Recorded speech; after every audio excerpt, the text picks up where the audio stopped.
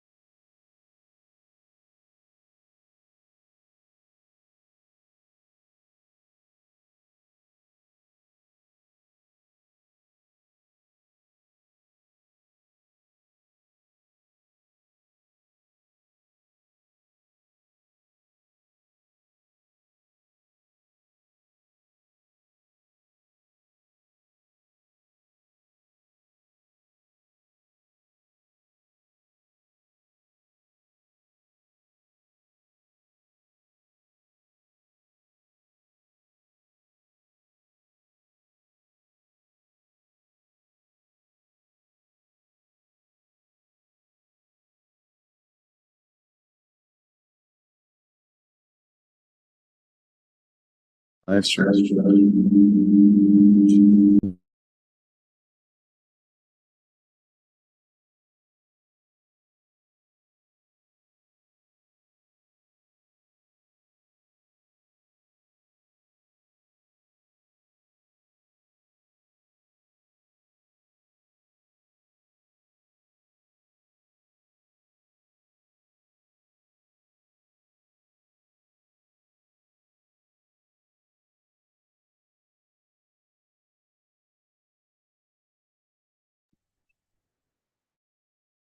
Check.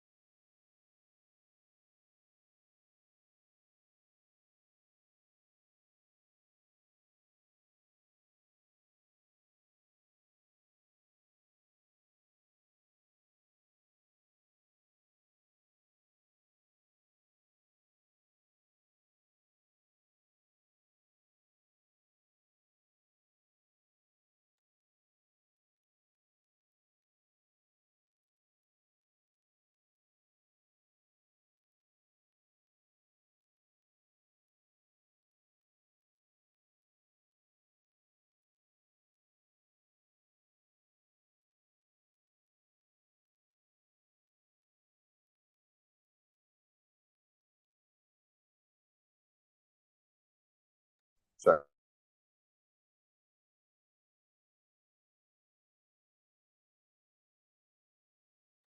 Check, check, check.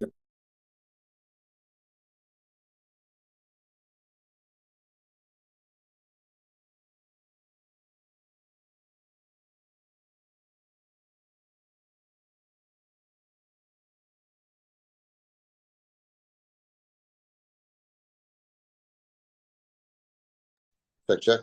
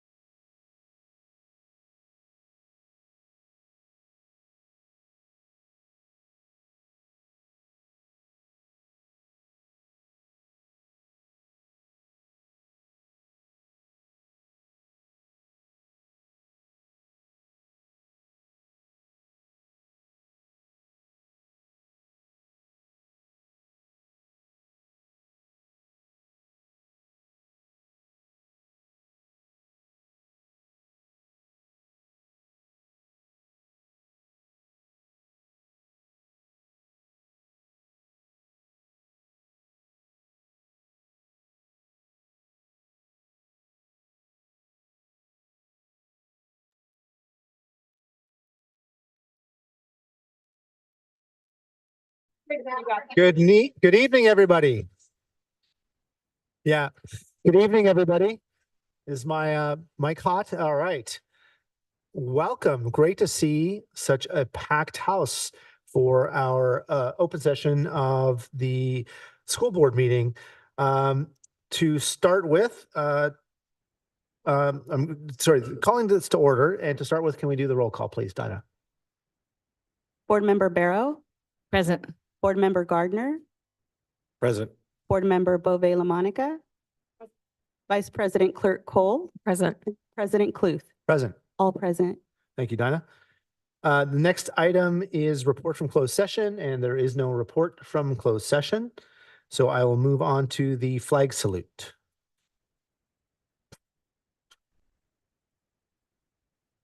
Pledge allegiance to the flag of the United States of America, and to the republic for which it stands, one nation,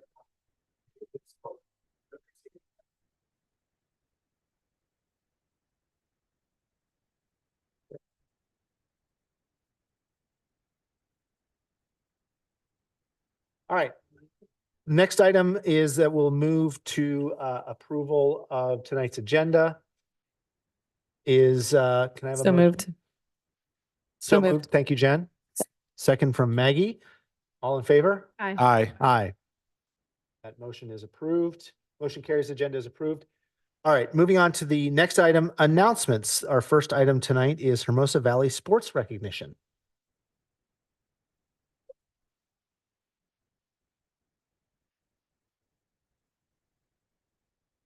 All right. Hi. Thank you, board. Happy to be here tonight. I always like to point out something when I acknowledge how much we kick butt in sports, is that if you were to go to any other school in the South Bay, an average middle school is somewhere between 1,200 and 1,500 kids.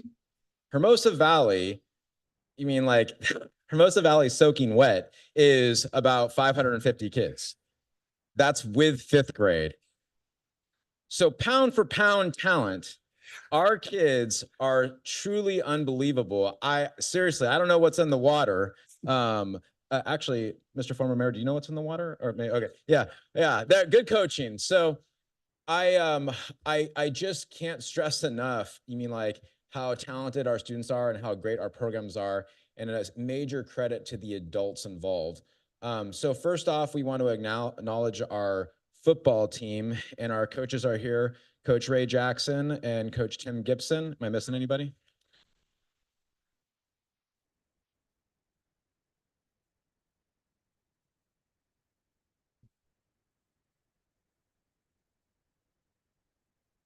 So I just want to give huge kudos to these fine coaches here who are leaders in our community. And then I'm going to turn it over to Miss Bledsoe, who's going to call up these fabulous players. I had a chance to see them play. They were kicking my alma mater's butt, Marilest. So Jessica, come up here and let's see these fine young men.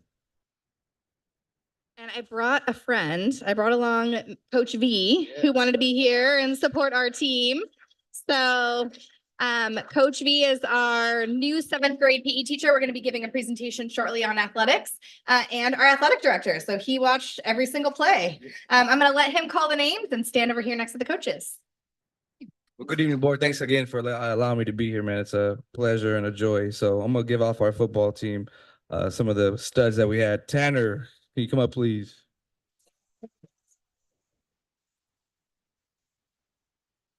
Charlie. Charlie.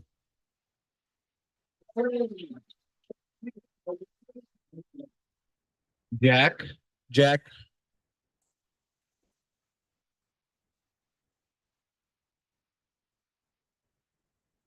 Kennedy.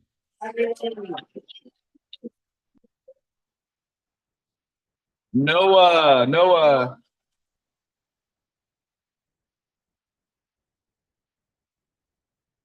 Dylan.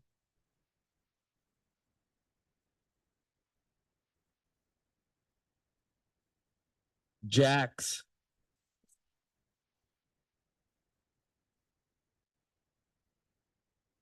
Van.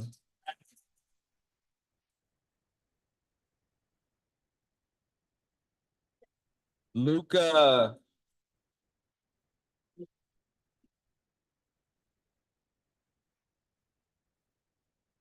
Gavin.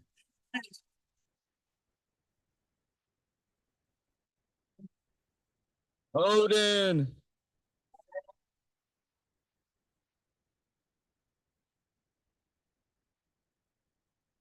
Paul.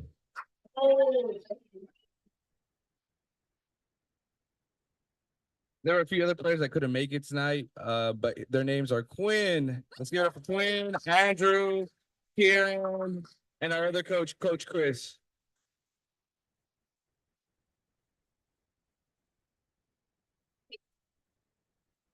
Big round of applause for our awesome football.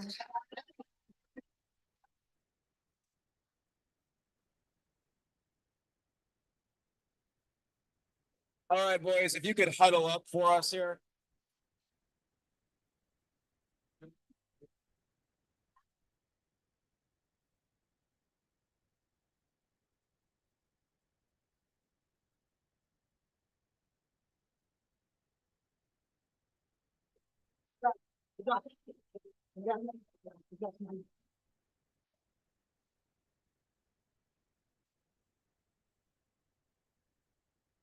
Diner.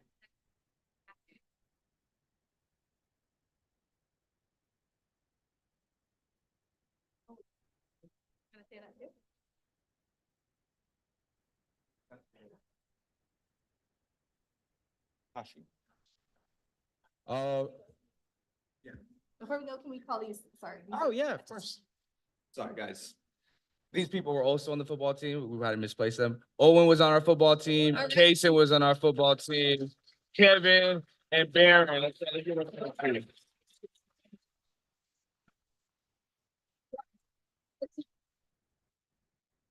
All right.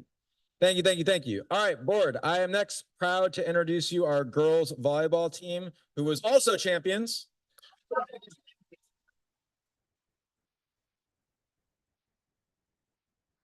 Our coach can't make it tonight because they're probably kicking butt somewhere else, but our girls are here and we're going to call them up. A big round of applause, girls. I've watched you play. Holy.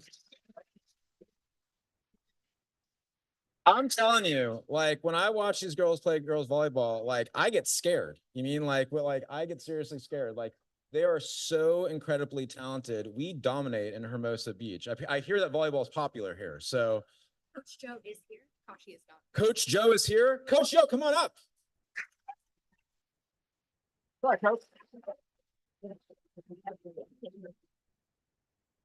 All right, I'm going to turn it over to these people and they're going to start calling some kids. When I started here at Hermosa, they weren't joking about volleyball being legit. These girls are like super good. Let's go, Tristan. She's one of our volleyball players. Coach Joe's got him. Zoe. Hombre.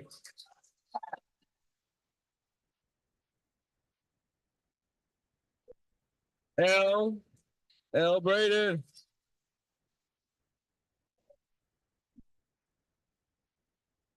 Sagan.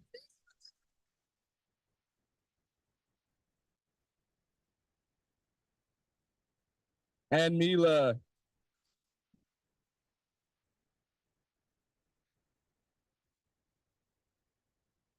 Naya.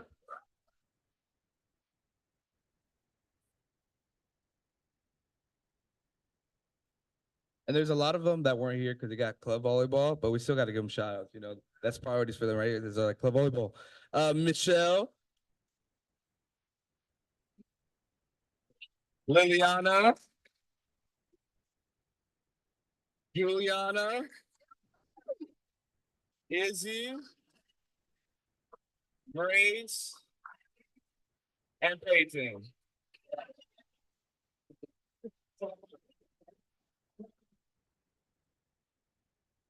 One round of applause for these amazing young ladies and their coach. Fierce tryout. Congratulations. All right, girls, bring it in for a picture.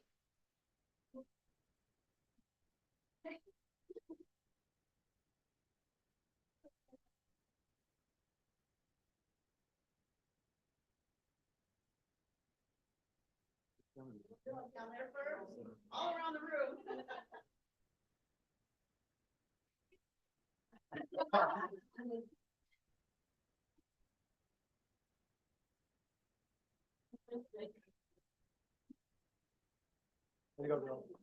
Big congratulations.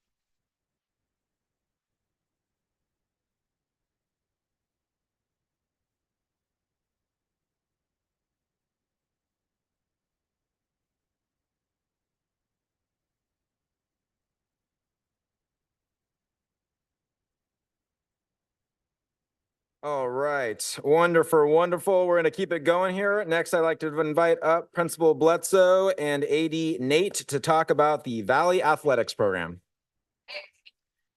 Fitting. Okay, so we are excited on such an eventful evening after celebrating our championships to talk to you a little bit about what's going on with Hermosa Athletics. So quick overview of what we're doing until we get to the real meat of our awesome retirement that many people are here to celebrate. We're going to talk about some changes that occurred this year, a little update on fall, winter, and spring, and then some goals that, yes, have been signed off by Dr. Johnson for 24-25.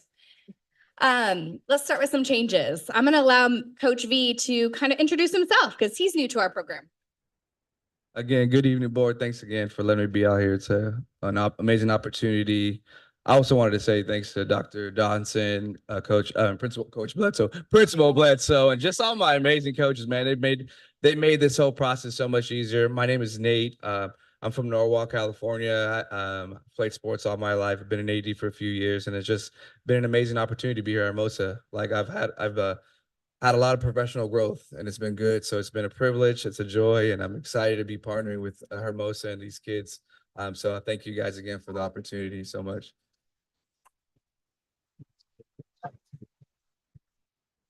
So in our power session before school began, these were 4 big things that Coach V and I talked about leading into the 23-24 school year. And that is, what is our established HVS vision for athletics? Let Olivia Hine, who was here last year, and I kind of really revamped and created the athletic handbook. And Nate did an amazing job over the summer polishing it up for this school year. And constant communication with parents through AD updates, in addition to an athletics page that we will show you a little bit about.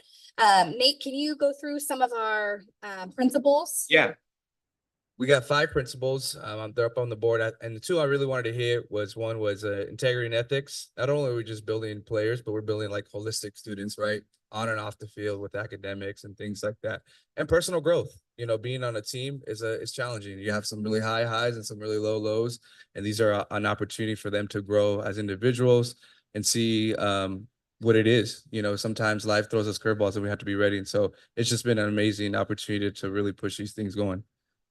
And I think not just because they're in the room, but that begins with hiring the world's best coaches. Yeah. So huge round of applause for our amazing coaches in the room to develop that program on the daily. The athletic handbook is robust, 60+ pages, so we're not going to review them with you tonight. But we wanted to highlight a few of the changes and updates. One of them is academic requirements. Here in Hermosa, while we value athletics and we build champions, we want to ensure that we're really developing that scholar-athlete mindset. So academic requirements are in place and grades are checked periodically to ensure that those students are holding academic standards in addition to performing well on the field.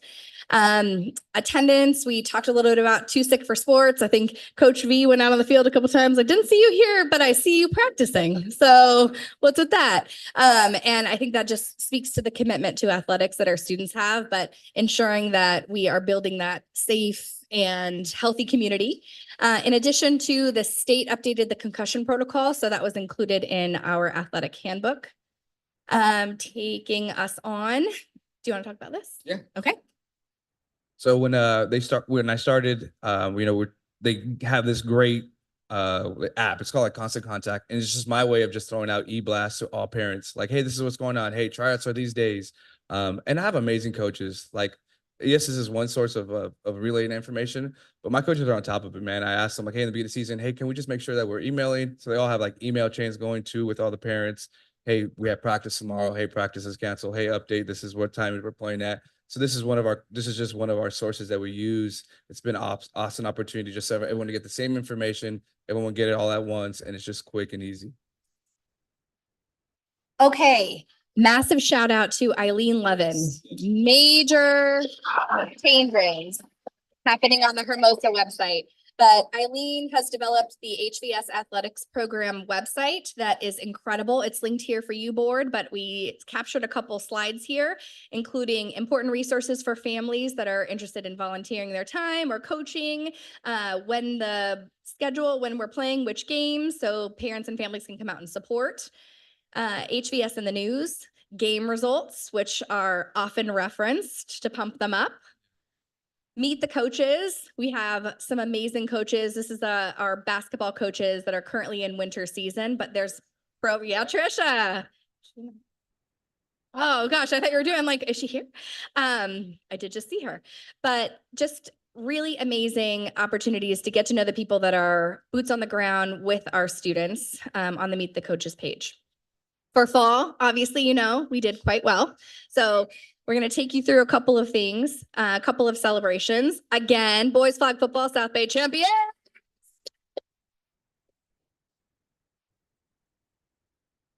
Girls volleyball, South Bay co-champions. Yeah.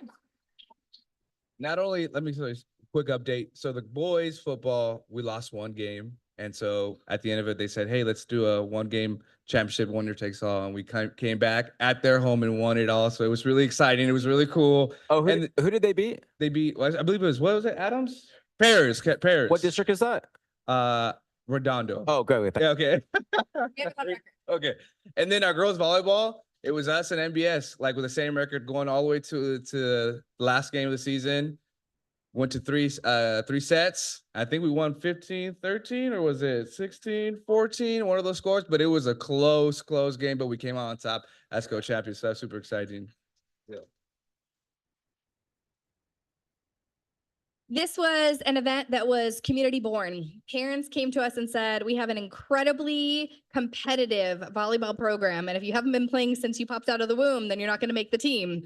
So this was Coach Kashi's answer to that, and Nate, a collaboration of how do we get kids on the court, learning basic skills and dominating on the court with regard to intramurals. And so our very first Hermosa volleyball clinic was hosted. That's something that will continue. So we're looking to expand that with intramurals.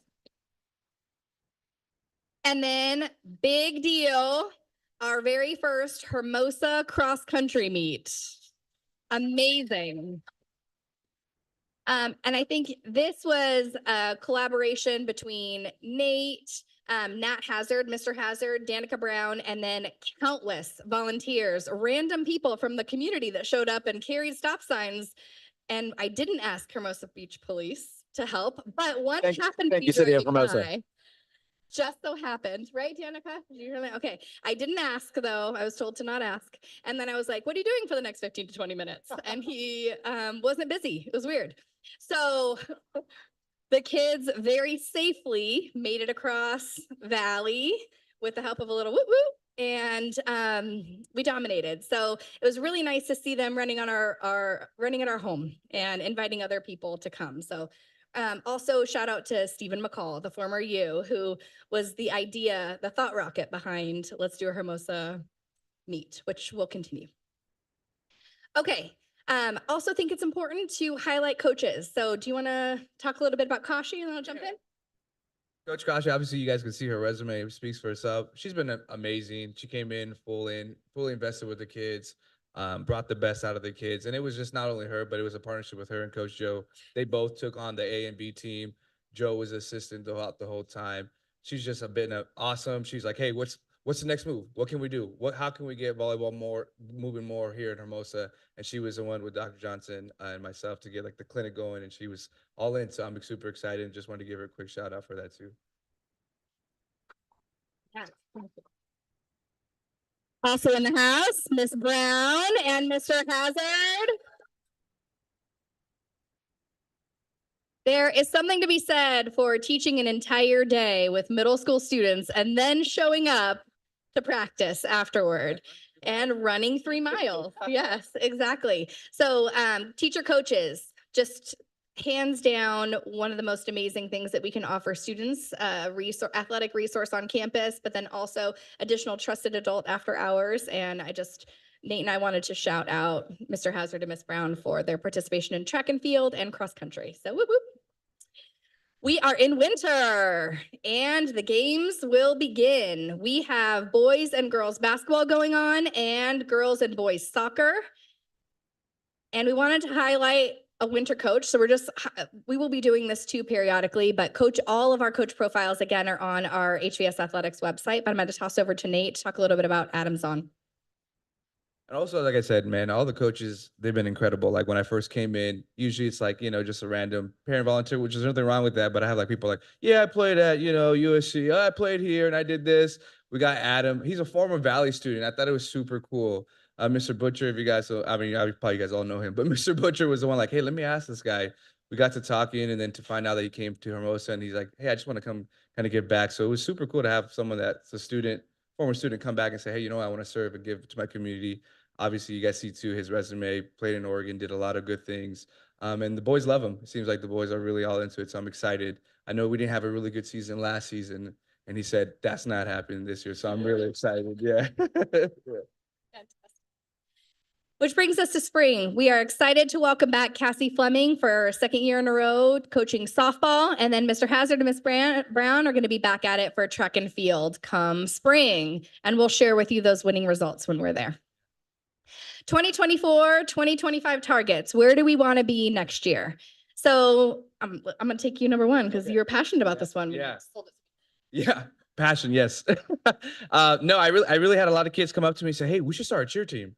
And so I kind of asked some of the few girls and then I connected with one of the moms. She's like, I'll do it next year. Like if we can figure it out, let's do it.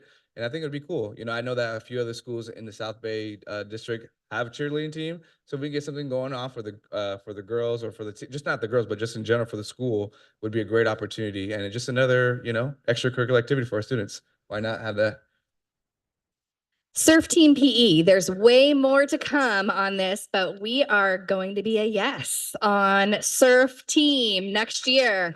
We have some amazing volunteers and people that are interested. Yanni from Surf Riders Association is going to be involved in this. But we're going to get our kids in the water and we're going to get them in early in the morning. So I hear. So I'm really excited about that. Looking at a collaboration between JG's and our surf team, but figuring out a way to be competitive. We're in Hermosa Beach. Like, why don't we have kids in the water, riding boards, competing against other teams and beating them? So we're going to be doing that come next year. As someone did mention, let's do this in March. And I was like, March? And they said, well, the wave's really good in March. I'm like, well, we're governed by trimesters here. And they're like, yeah, let's do it in March. So we will be having a conversation about timeline and that's coming. But I do want you to know that we will have kids in the water on boards competing against other teams and dominating. Tennis is one of those things that I think was led by the students. And it's super cool when you get kids that are like, hey, let's get this going. And because they're passionate about it. And we have a few students at our school that are all about tennis, into tennis. Kind of did some research. Not a lot of schools nearby have a tennis team, but I figured hey, why don't we do maybe an intramurals where our kids play against each other? Just like a fun, friendly atmosphere. I know there's courts right here. I was talking to one of the parents, Sarah's dad. I know he's like, hey, we could, I know someone there. Maybe we could figure something out. So maybe something we can get going for next year. Like a little tennis tournament for our kids for intramural, just playing with each other, but making it official, right? Getting some volunteers, some refs and all that stuff. Yeah, uniforms and everything. So that'd be exciting. Nate walked into, I think it was volleyball. Is that what you said? Yeah.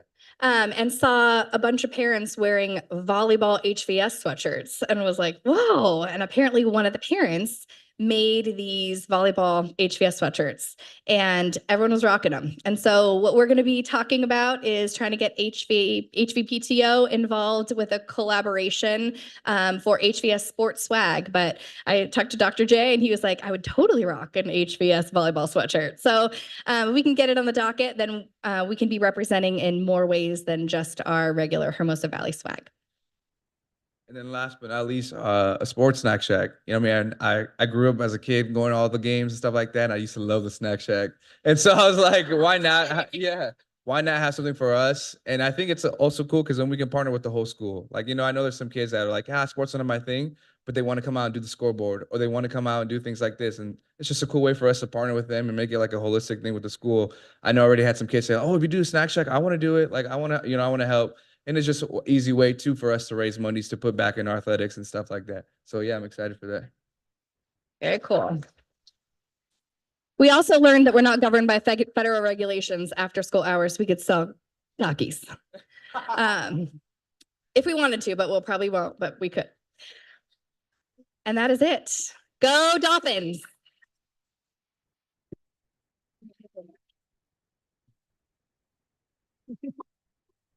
Questions, board? Any questions, comments from the board? I'm just so grateful that we have you as a hire because you have been nothing but a class act since you've been here. So it's really awesome. Thank you. I concur. Yes, thank you for the energy. Obviously, you can see the community gets excited about it. We get excited about it. This has been a lot of fun. So keep up the great work. Thank you. Thank you for having us. Thanks, guys.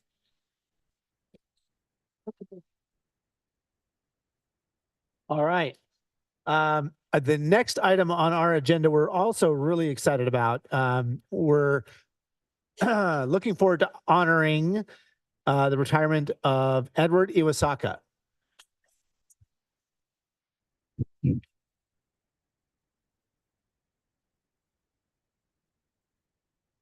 All right. Ed, come on up here.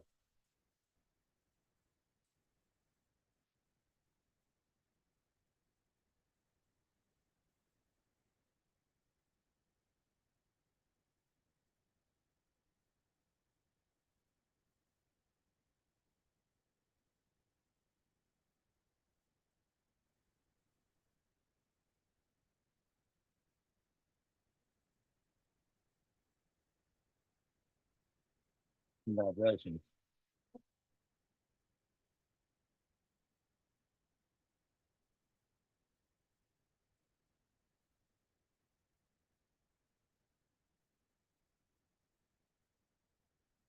All right, sit down.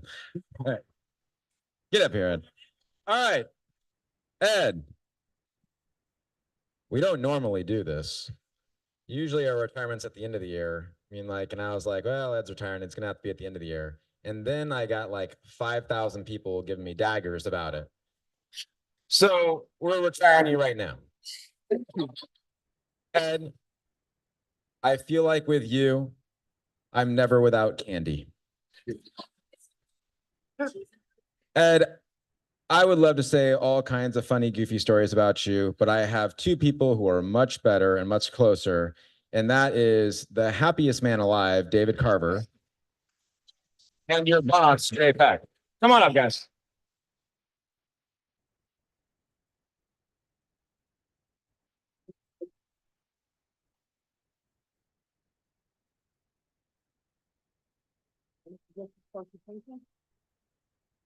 David, why don't you say something about Ed? False start. All right, which way am I supposed to be facing here? This way? I don't know which way I'm supposed to be facing. Go ahead. Anyways, let's step over here to the microphone. Anyways, it was what, over 20 years ago you started working in Hermosa Beach? Or as they used to say, many moons ago. Ed came in working in the maintenance department. And the one thing I'll say on it, anybody can be serious because, well, I'll just say this. Ed came in always willing to work hard, always willing to be helpful, always a positive attitude. Well, unless you made him upset about something. But he was never at a loss for working. He always had a good rapport with all of his teachers and everybody on the crew. And on top of that, he's a good friend. So we hope for you the best. And by all means, have a great retirement because the rest of us were still here. Not that we don't want to be here. I enjoy it. Now I have to backtrack. As much as I enjoy working for the Hermosa Beach City School District and always have, I know you have too. And we wish for you nothing but the best and hope for a great retirement in the future. Thanks,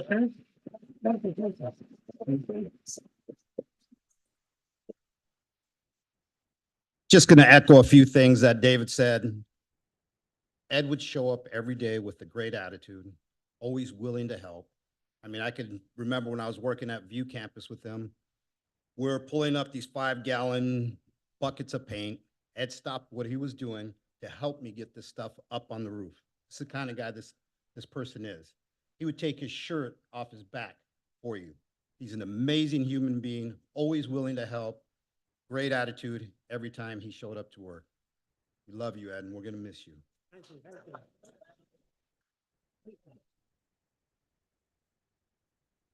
All right. Now, Ed, if you were here in June, we have a long-standing tradition that I started where I put people on the spot and make them talk. So, Ed, the floor is yours. Give us words of wisdom about working at Hermosa and retiring.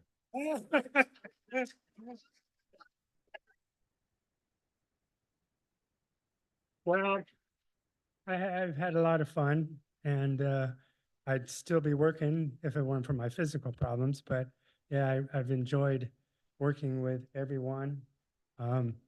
They're all very supportive to me and always very nice to me. So it made it very easy, and it makes me want to hang around and do more work. So I'm gonna come back and volunteer because I have to wait 6 months. And then I'm gonna come back and sub. But yeah, but like I said, I enjoy the people. I enjoy, the kids, and the parents too. Even parents. No, I've had a lot of fun with the parents. This is because of a parent. But thank you very much. I'm very honored and happy, and thank you for all the words, and have a great day.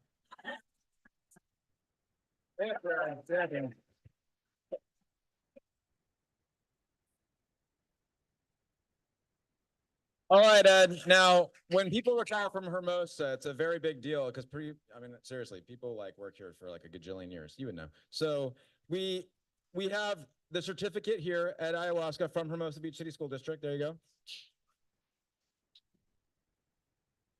The city of Hermosa Beach also likes to get in on this. So this is actually handwritten by Ray Jackson. There you go. Okay. Ted Lou from Washington, D.C. wanted you to have this. Al Marisucci with the state apparently has a bigger budget than Ted Lou. Look how nice this is. Yeah. And then don't forget, there actually is a thing called the State Senate. I'm not really sure what they do, but also from Senator Ben Allen, we love, he sends his congratulations as well too. And then finally, the much coveted wave of appreciation for you.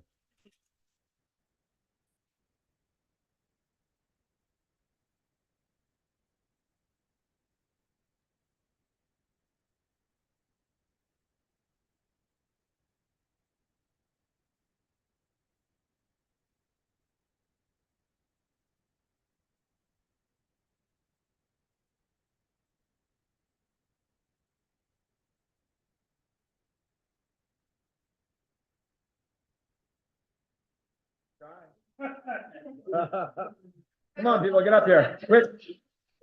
Whoever wants to come up, come up. Yeah, consulting basis, consulting. Get in here. Come on, yeah.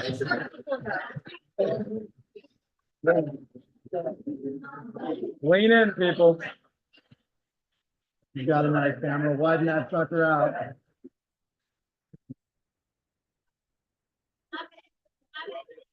I was told that everyone's gonna stay for the very end of the board meeting. You get everybody to smile on that. That is a great picture. Thank you, Tom. I feel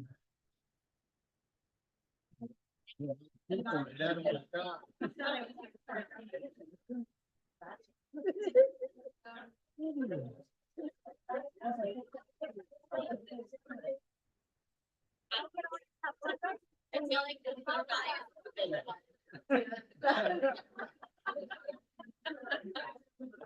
Thank you, sir. Yeah, it is.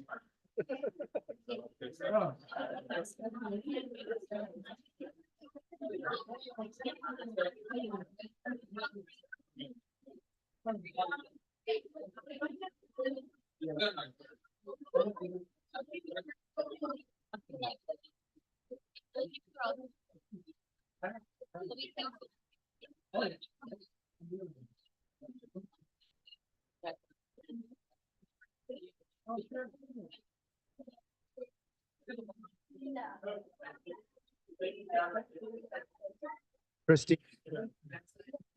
It's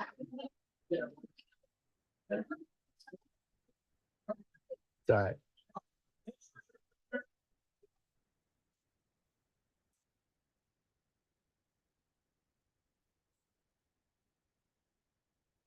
All right. All right, moving on.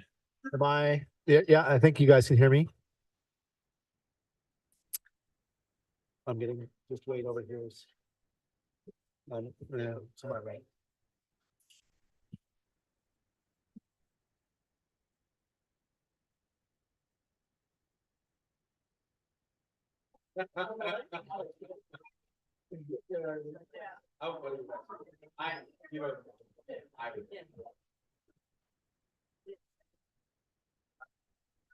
All right, thanks everybody for coming out.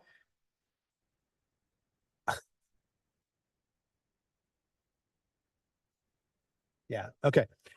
So we're going to move on now to public comment. Members of the audience may address the board on any topic, regardless of whether it is listed on the agenda. However, the board may not discuss issues raised that are not listed on the agenda. Topics not on the agenda that are brought to the board's attention may be investigated by the administration and a report made to the board, either publicly or privately, at a future meeting. Comments from visitors shall not exceed 3 minutes per individual speaker unless waived by a majority of all the members of the board. With that, Dinah, do we have any comments, in-person comments? No in-person comments. All right. No, seeing no in-person. Oh, we do have one in-person comment. Great. Could you please approach the mic and give us your name?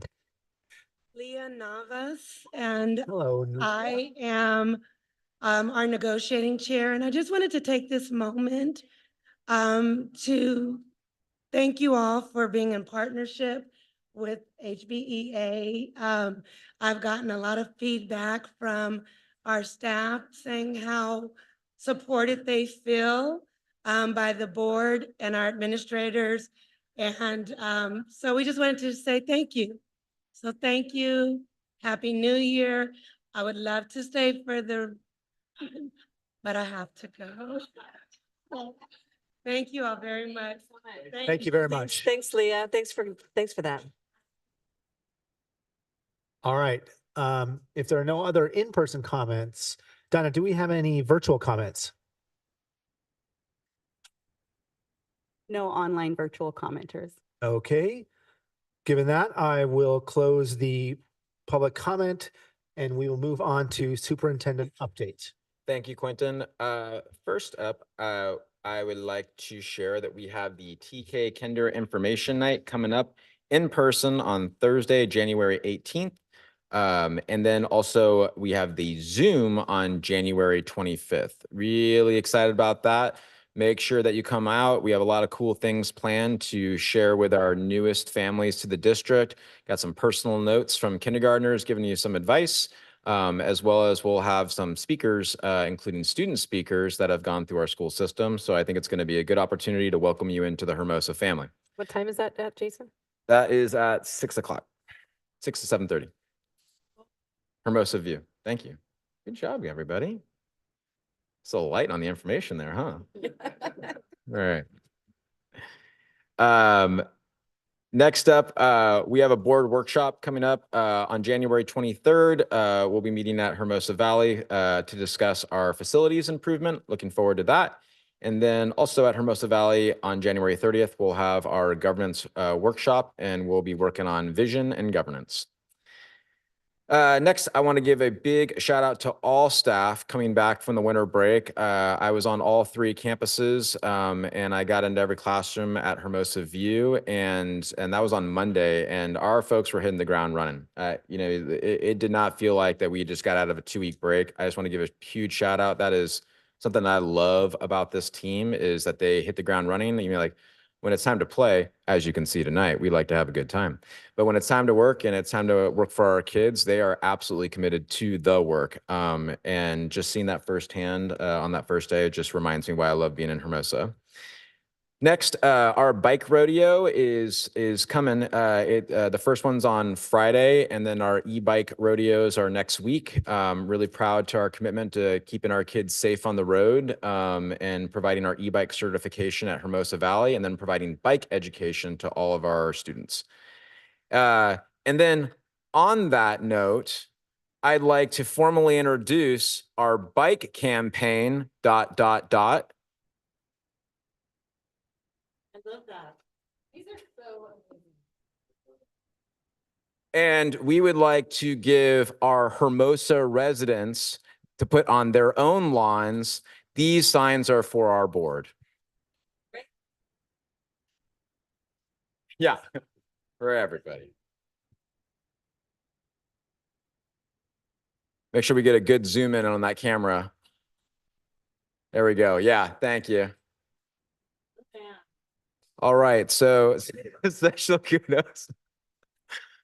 I like these new AV guys already. All right, so this is a joint campaign with the city, and I'd like just to give a shout out also to Hermosa residents.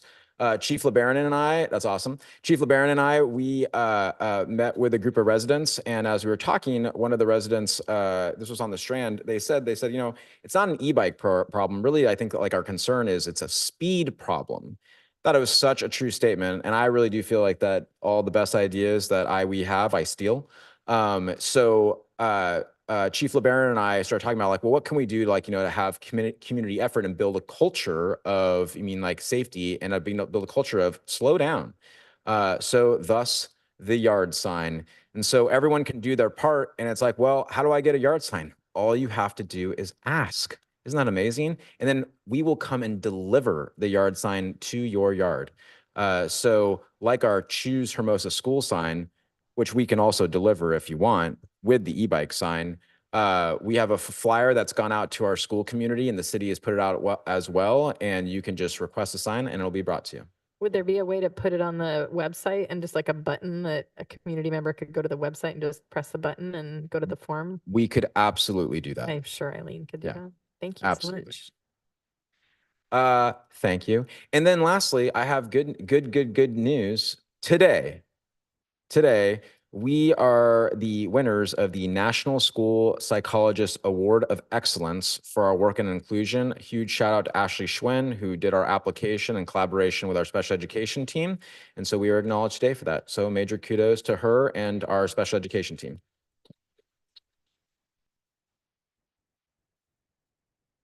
Thank you. That concludes my superintendent report. Are there any questions? Seeing no questions, thank you, Dr. Johnson. We'll then move on to board reports, starting with, board reports. Sorry, go ahead. Anybody on the board have a report? I'm looking to my left first. Seeing none. Ms. Cole. Yeah, hi. We had a wellness council meeting yesterday, which was again well attended. And we had a few things on the list that we talked about. We will the students will be receiving suicide prevention information and basically a workshop.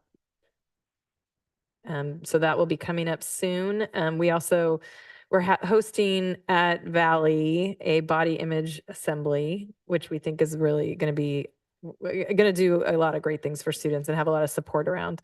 So we're going to do that at the same time that there's also a fentanyl panel, just the information giving to students. And as well that night, the 17th, there is a parent panel hosted at Valley, but all 3 school districts in the area, Manhattan, Hermosa, and Redondo, are all invited to come to that. It's at Hermosa Valley at 6 p.m. that evening. Yeah, it's on the 17th. So a lot of information. Parents are encouraged to come to the evening session so that the panel during the day can kind of stay in the student realm. And then we're also looking at how we can support just social media information giving both to parents and students in the spring. So we kind of did a lot of brainstorming about ideas and what we could, some things and programs we could actually put in place at the school level. So it was a great meeting. These meetings are always well attended, and with people in our community, we're so rich with advisors that work and live in this space and live in our community. So we are really tapping into that group, especially the body image group. I forget the name of the organization. I can't name it off the top of my head, but it's through Pamela Cuppers. Yeah, and it's I think it's eating disorder. She helps with with eating disorders nonprofit, and they have all these resources that we don't actually have to use our resources for, that they want to give to schools and give to students. So we are just tapping into that right there. So it's been a great committee. Thank you to all the people that are working on it. Thanks, Jen. Maggie, did you have something? I forgot I've taken over LCAP. Yes. And so we Which got is to go to the fantastic. LCAP meeting. It was a great meeting, and Ms. Gluck did a phenomenal job walking the group of stakeholders through the data. It was a very similar presentation to what was presented at the board meeting, but as a way to get stakeholder engagement and just the level of questions coming from the community folks. It was a 2 hours of really great dialogue looking at how does the data work, how does the collection work, in a way that I think folks who don't have as familiarity with it up here see it just in a different way. So it was really awesome to see folks look at the material and the achievement of students and where we want to go with it. Thanks, Maggie. I might, I'm pretty fresh to this, so I might need some coaching on what does and doesn't go into a board report, but I thought I would mention a couple of the meetings I've had since coming into the president's role. Reached out to some of our neighboring presidents, met with Sally Peel and Kathy Graves, who are past and current presidents of the Manhattan Beach School Board, as well as presidents of our community support groups, HBEF and HVPTO. Had some fantastic conversations, been very helpful, and want to just publicly thank those folks for making time for me and for us. With HBEF and HVPTO, started to talk to them about some of the conversations we've had as we're moving ahead with the potential to do a bond this year, and got some really good input from them. And I wanted to bring it up here just for anybody that might be watching who's interested in being involved in that process. We want you to reach out to us. We need to, assuming that everything goes the way we hope and expect it to go, we would be putting a bond to a vote in probably the May timeframe, and we'll need to have a citizen committee stood up to formulate and conduct a campaign for that. Yeah, and just to build off of that, the election that we're looking at would be November 2024. Correct. Thanks for that clarification. So good conversations with them just to sort of introduce the idea, get sort of people hopefully in the community talking about it. We really want to, really want to engage the community on this topic and make sure that there's broad community support. My message has been that there's a lot of work still to be done in terms of refining. We've done a needs assessment, but, we need to match that to, a demand assessment, what it is the community will support. And that's where the citizen committee really needs to come in and help us hone what we've identified as the needs and match that to community interest, and then rally that community interest behind it. So anybody who's interested in that, please reach out to the district, to Dr. Johnson, to myself, to any other board member, if you'd be interested in that, or to, other leaders in the community that are involved in education, like the presidents of HBEF and HVPTO, who are fantastic individuals. That's it for me on board reports. And if there are no other comments, then I will suggest that we move on to superintendent report and board discussion, starting with items R-20-2324, review of the 22-23 district financial audit report and the 22-23 Measure S general obligation bonds financial audit report. Mr. Harrison, I believe. Dinah is Mr. Harrison. You said it might not be Mr. Harrison. Who's presenting to us tonight? Coming online to present is Anna Credillion. Ms. Credillion, you're online. Great. Thank you very much.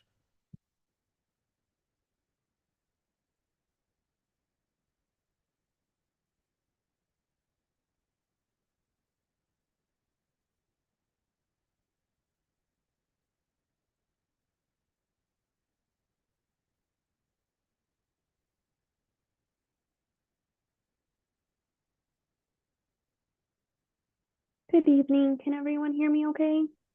Yes, we can probably pump up the volume up a little bit, but thank you very much for meeting with us tonight.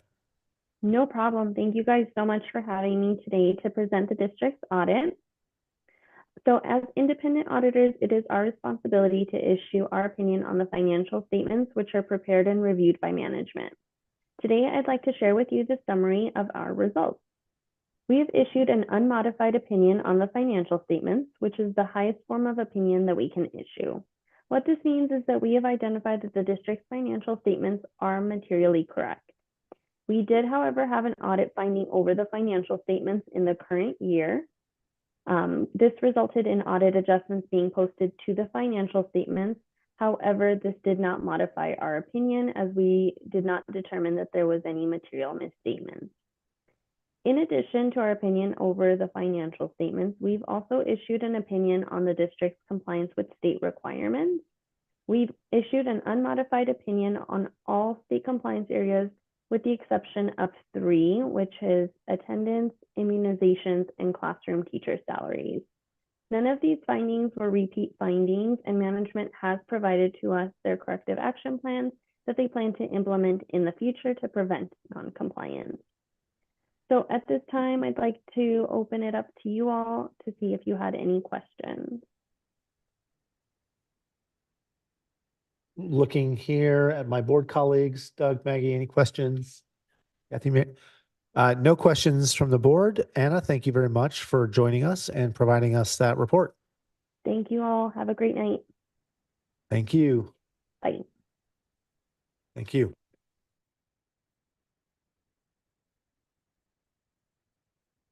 Dr. Johnson, I think we just move on to the next item. Correct? Oh, hold on.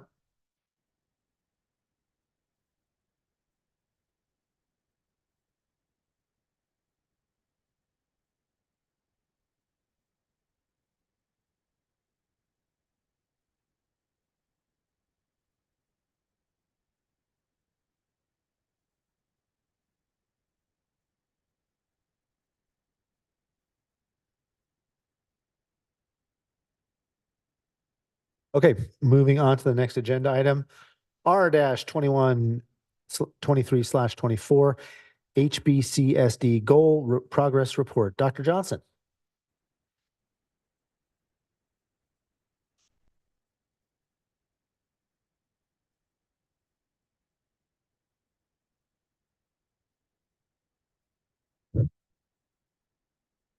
Good evening, everybody. Tonight I am excited to present on our mid-year goal progress. The headline is "Things are going great in Hermosa Beach." So our Hermosa school goals at the mid-year are on target, and Hermosa schools continued to test in the top 5% of all schools in California. And the thing that we're most proud of is the increase in our science performance. And with great achievement becomes the foot traffic. We have a 4% growth in our enrollment. Hermosa truly is. We've talked about it 4 years ago, and I think we got the bodies to prove it now that Hermosa truly is a destination school. We have been working off our guiding principles for multiple years now: community inclusion excellence. All actions that we take, including some of the activities that you saw presented to you tonight, are guided by our district goals. Starting off in the community partnerships, and this is our goal to build capacity within our community to better support our students. There you see that kudos to HBF, that fundraising is at an all-time high, including our Skechers peer-to-peer walk, which again, we just continue to surpass previous year's records. We have expanded on our partnership with the city of Hermosa, as well as Beach City's Health District. And I'd like to highlight, as tonight, our slow e-bike campaign as an example. And then with our educational partnerships, part of the reason for our growth in science has been us reaching out beyond our borders and supporting the MBUSD science coaching. In expanding on community partnerships, it's all about that enrollment. And we are at a 4% growth. Just for context, the statewide average right now is -1% enrollment for a year. So business is a booming, and there you see our multi-year projections. But I think what we're most proud of is in our Net Promoter Score, our question, which is, would you recommend Hermosa schools? That score continues to increase year to year. This being the third consecutive, and our score moved there. You see from 49 to 57, and another great score. I mean, but how about that picture though? That's really what I want to bring to everyone's attention. All right, next in the community partnership is our facilities improvement. All of these summer projects are complete. Thank you very much. And then we did do a test survey about continuing our facilities improvement with some proposed projects, particularly the modernization of Hermosa Valley School. And that was met with a 66% approval. And this year, we released our 5-year master plan to the board during our governance workshop that will continue to be updated annually. Kudos and credit goes to our board that doesn't just think year to year, but thinks, like for the future of Hermosa schools well beyond. Moving into the culture of excellence and the achievement of our students, there you see our results of test scores. And then moving to the which I've already highlighted. The next, moving into our iReady diagnostic data. Again, bear in mind, this is beginning of the year data of where our kids start, like for grade level standards. And we're excited to continue to build off this data for our achievement going into the rest of the school year.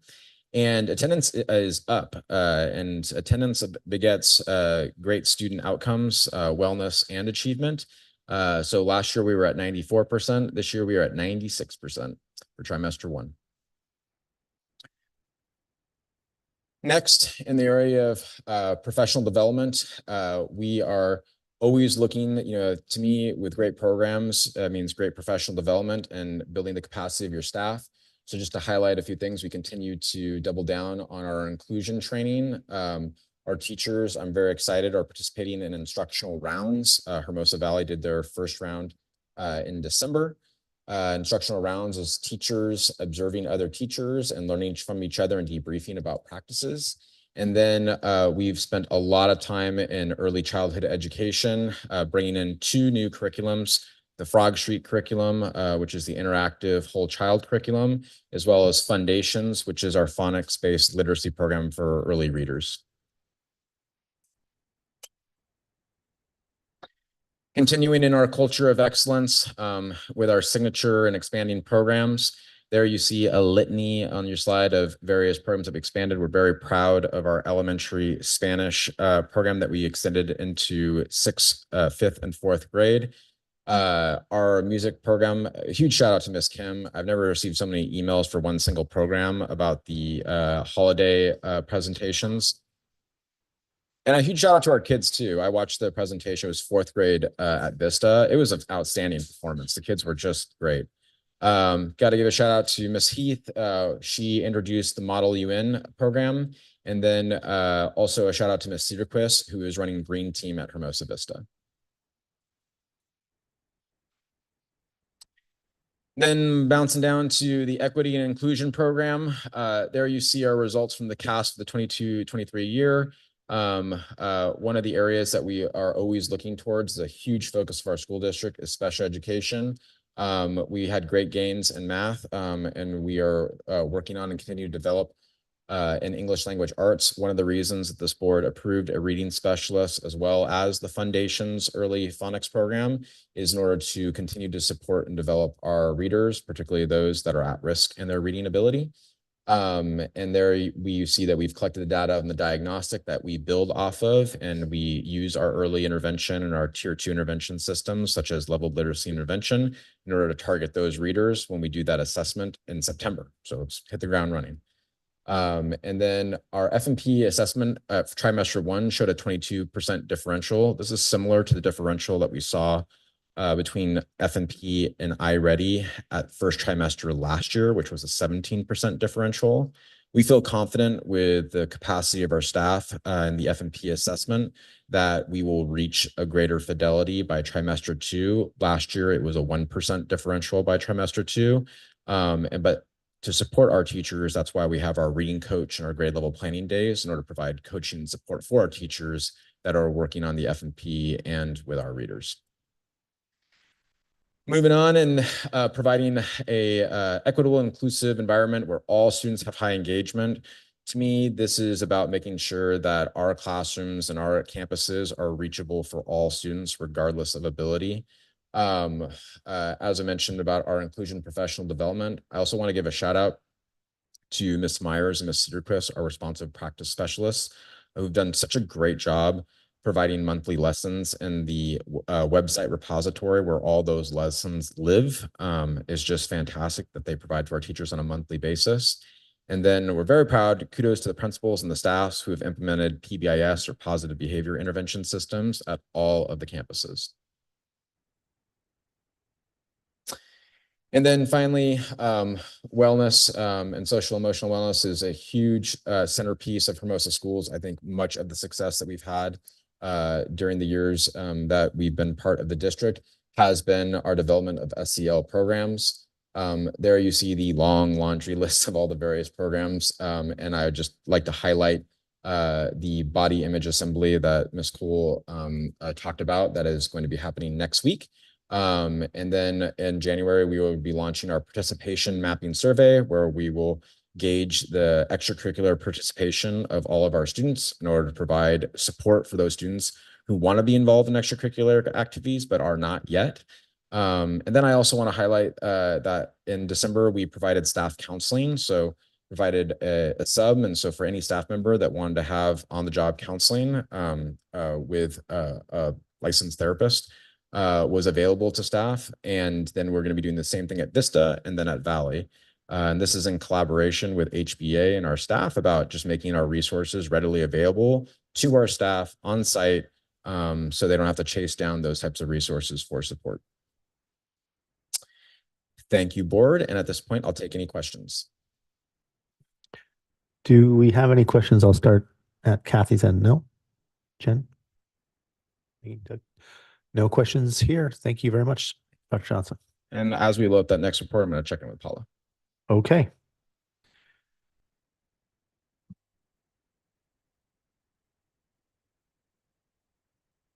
So we'll move on to the next item, which is R-2223/24, multi-year enrollment projections. Dr. Johnson.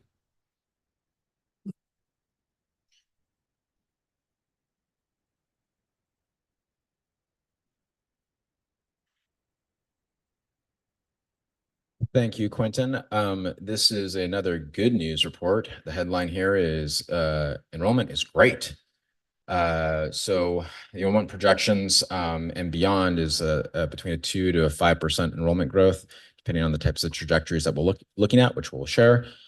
The projections as stand would result in budget stability, regardless of the pending state budget cuts that are coming up. Which is a strategy that this board and this district adopted, where we, in order to maintain stability of our programs, having strong enrollment supersedes over what is happening with the up and down state budget. And as proof, this year we are not recommending any certificated layoffs with these current projections. So this is the current enrollment. In January 2024, we have 1,338 students. These projections that you see in the top two, so the conservative is just what it says, the more conservative projection from last year.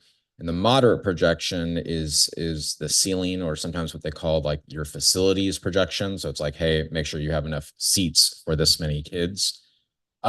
We typically budget off of the conservative projection. Our enrollment was so strong in the spring that we started budgeting off of the moderate projection, and we did end 11 students above the moderate projection. So we exceeded the ceiling.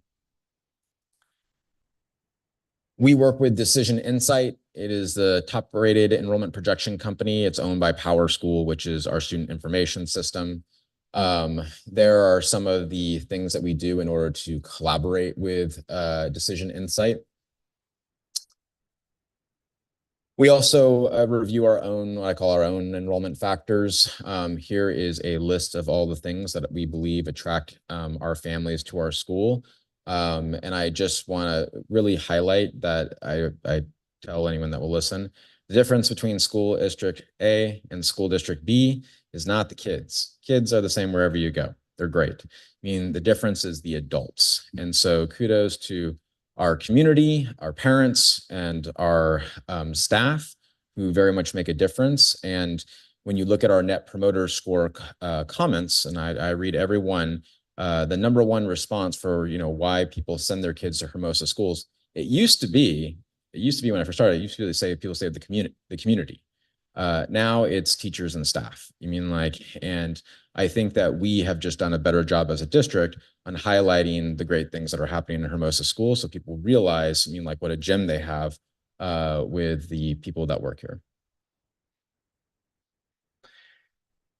So there you see, these were the enrollment projections that were given to us in January 2023 that were presented to the board last year. And this is before we had real numbers for 23-24. Moving forward, these are the current or new projections beginning in 24-25. And then as you can see, if I toggle back and forth here, is that there has been an adjustment based off of our enrollment growth, and our multi-year projections have gone up. So what I like to show the board is what I call an enrollment trend. A lot of times when you hear about enrollment contraction or enrollment growth, there's referred to as a percentage. And that's just the annual rate of growth from the prior year. Under the conservative projection, which is what you should budget for when you are doing enrollment projections and multi-year budgeting, you see it's between a 2.5 to a 2% enrollment growth in a 3-year projection. This would be a slowing from the last 2 years of enrollment growth, which, as you can see, exceeded 4%. On the moderate trend, which the recommendation is that you should build or have your facilities ready for this number, is a 4 to a 5% enrollment growth trend, the high point being 5.3, and that has to do with our current enrollment and grades.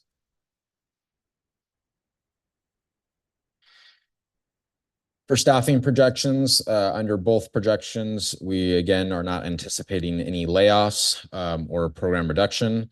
What we are is going to be another year of hiring, and there you see the cost of those FTEs, and then thank you, Quentin. We also included just what would be the revenue from the enrollment growth, just for a perspective. And there you see the staffing projection for moderate, which is about the same, but the revenue is much higher based off of those projections. A question that I've sometimes gotten is like, how come this is the same? And that is based off of class size averages that are mandated by the state, and different grade levels require different class size averages. We always aim to keep class sizes as low as possible, but under this trend, just that is the way the cookie crumbles. Not all grades come in nice packages of 24-1.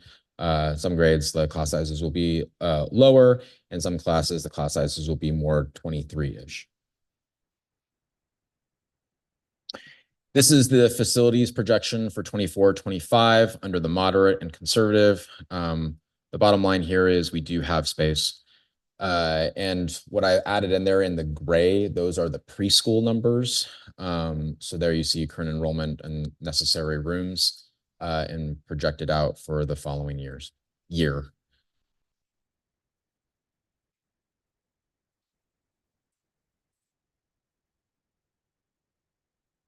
It does. It's classrooms available. Yeah, of course. So this was the first interim budget that was presented to the board in December.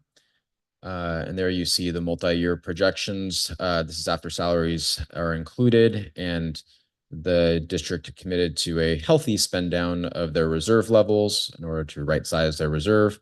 We are facing now a state budget cut, which reduced the reserve level further in the 25-26. So what we did is we utilized our enrollment projections and rebudgeted based off of those projections. These projections, are flat. These projections are the new projections that we just received. And there you see there is an adjustment to the financial picture with the increased level of revenue, including expenditure based off those FTE ads. And there you see the moderate level projection, same thing based off of those FTE ads and the increase in revenue.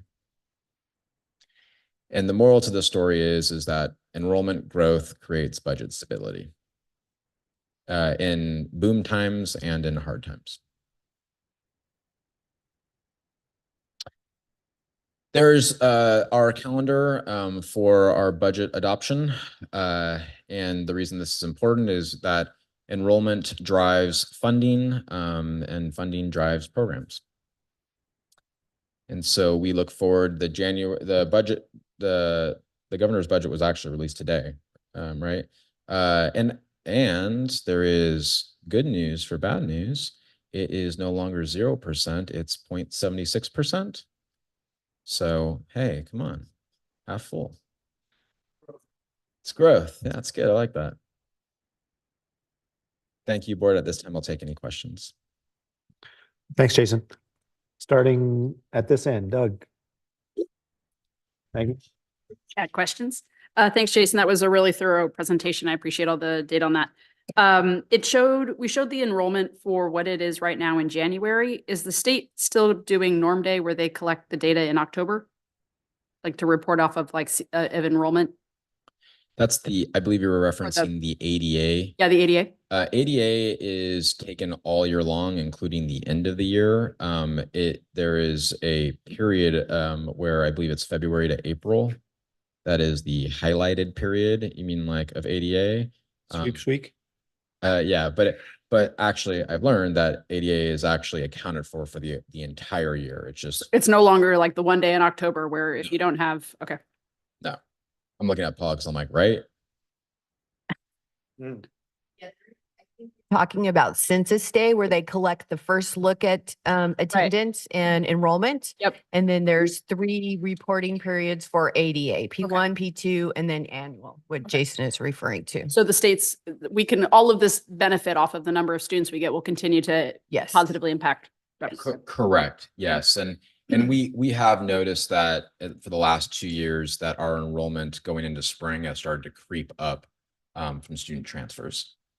Thank you for that. My second question is off of the enrollment trends. Curious why 25-26 has a percentage increase for both years, but then it goes back down to like kind of a stable 2.5%. Without looking deep into the numbers off the top of my head right now, my assumption is that is outgoing classes at the Adams. I always have that. Yeah. Oh, I was referring to the school district that we beat in sports.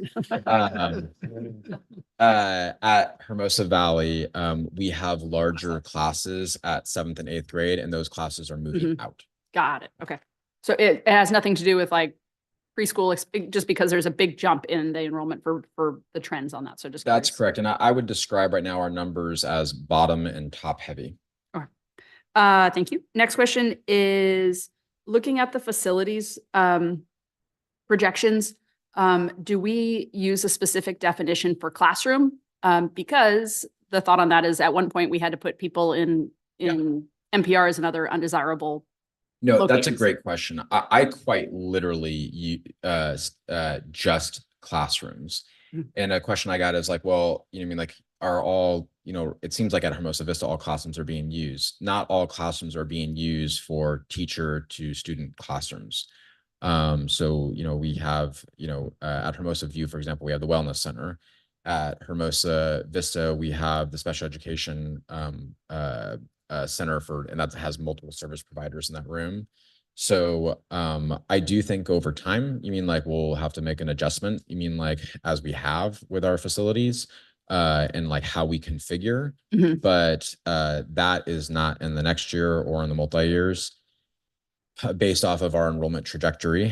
And then the numbers that you see as available classrooms are just that, they are the available classrooms. The only place where I subtracted a classroom was the district office at Hermosa Valley, just because there's been physical changes made to that space. So MPRs are not, specialty rooms are not being considered classrooms.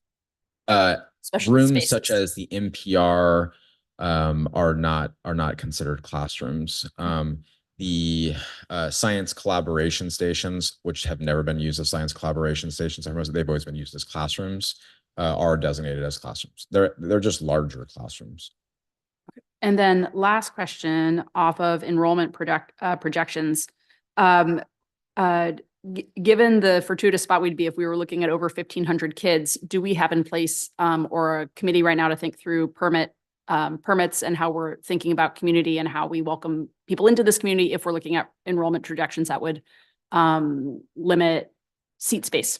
Yeah, that's a great question. I do think that when this district reaches 1,400, that there will need to be conversation about capacity and also about our permit students. We are not there yet, but it seems like we will be there relatively soon. And we would look to other districts, like that have already established processes, which are their lottery-based systems, as examples. In order to follow those examples, in order to handle permit students, that's usually a pretty specific process that's lottery-based.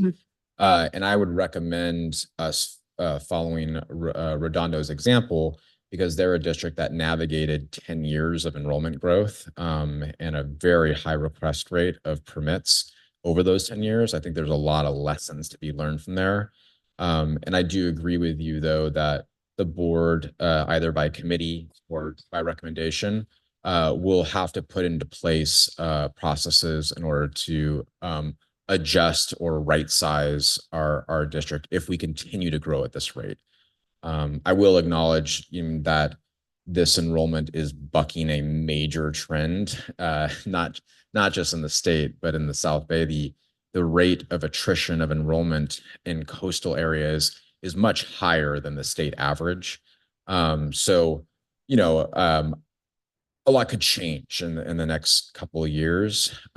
So I very much agree with you, though, that at the 1,400 mark, processes will need to be put in place. Thank you. Jen. Kathy? Great. I got a couple of comments. So first of all, thank you very much for including the capacity stuff. I think I commented individually, but I just want to say publicly, I don't think we've had that kind of level of transparency and clarity before. So I really applaud you for putting that out there and making that kind of clear for us and the public. Curious, when we talk about enrollment, a thought went through my head about, if we were trying to guess where enrollment was going, like what would be a good indicator? How do parents find us? Like, do they come to our website? Do they go to do we have any intel on leading indicators for parents that might be interested in our district? And is that something we could or would want to look at? Yes. So at the TKK orientation night, we take survey data and we take how did you hear about us data. That's pretty extensive, including are they considering private schools and why would they consider a private school? Are they considering a different district? Why would they consider a different district? And then I've also followed up with parents to have collect qualitative information. Based off the quantitative information, the number one reason why parents come to Hermosa schools is because of a parent or neighbor's recommendation. And then the number two is, number two is that they have visited our website. And then number three was they heard from us from a staff member. So I would say that it's very, very clear that the demographic that we're attracting in district and out of district is word of mouth. And we have aligned our enrollment campaign over the last 2 years to play to that strength. So for example, the Choose Hermosa School, Proud Parents Choose Hermosa School's yard sign. That is very much a neighbor-driven campaign. And then our website is very much built for a visitor. So when you come into our website, the first thing that pops up is, would you like to enroll? And then our lead video is our introduction video to Hermosa schools. We also know that many of our parents visit our schools during what I call like shopping time. So whether that be TK orientation or open house, that's one of the reasons we worked with HBA to move up our open house, recognizing that that is a period of time when parents are making decisions about schools. Great. Also, I'm curious how you see our introduction of a preschool affecting these enrollment numbers, if at all. Any comment on that? So currently our enrollment by February for preschool will be about 25 students, and I think it will continue to grow based off of our multi-year wait list. Just to be clear, there is space. You can sign up your kid for preschool now. That is the wait list for next year. And there's space for there too. So I feel that one of the issues that when we first started looking at preschool that we were running into is that the majority of our Hermosa families were attending Manhattan Beach preschool, or a private preschool, and then that entered them into that district or into private schools. So I do feel like some of this is a wait and see until next year. But if TK is any indication, we went from 2 years ago, a TK class with 18 students to date, we have 4 TK classes. Now, part of that is due to the expanded age range set up by state law, but that doesn't explain all of it. A quadrupling in size within a year and a half of TK is unprecedented. I would say one of the largest attracting factors is that we are one of the only school districts in this area that offers a full day TK program. And that is an intentional strategy because our district doubles down on early childhood education, and that comes directly from the board. Great. And I mean, I think you've said it in a few ways, but I just think it bears emphasis for the community to know, when I was recently in a California-wide school conference, the stat I believe I heard was something like 80% of districts in California are contracting. As you've pointed out, that's even more serious and ugly on the coasts. Yep. So, we're really seeing the voting with our feet, I think was the phrase that you used earlier.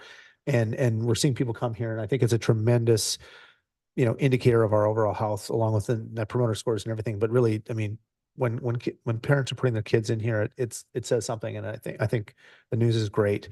And I'll couple that with, there are some budget projections in here, and we show, what they looked like a year ago and what they look now, and you can get kind of lost in all the numbers. But I want to just highlight that, we as a board, I think we made a bet on this district and the quality of this district continuing to attract students. We're now seeing that come to fruition here. We're seeing that come to fruition in the form of higher enrollment, which generates additional revenue, which is, as you said, stabilizing the budget, despite and in concert, frankly, with being able to be generous with our fantastic staff. So feel really good about that, and hope to be able to continue that strategy. So thank you.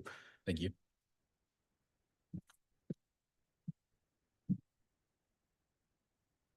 All right. With that, I think we move on to we're going to come back, I think, to a prior item, Jason? Yes, Quentin, thank you. We realized that our presenter did not complete her report. And so I would ask if we could return to item R-2023-24 in order to complete the Measure S report. Yes, please do. Thanks. Diana.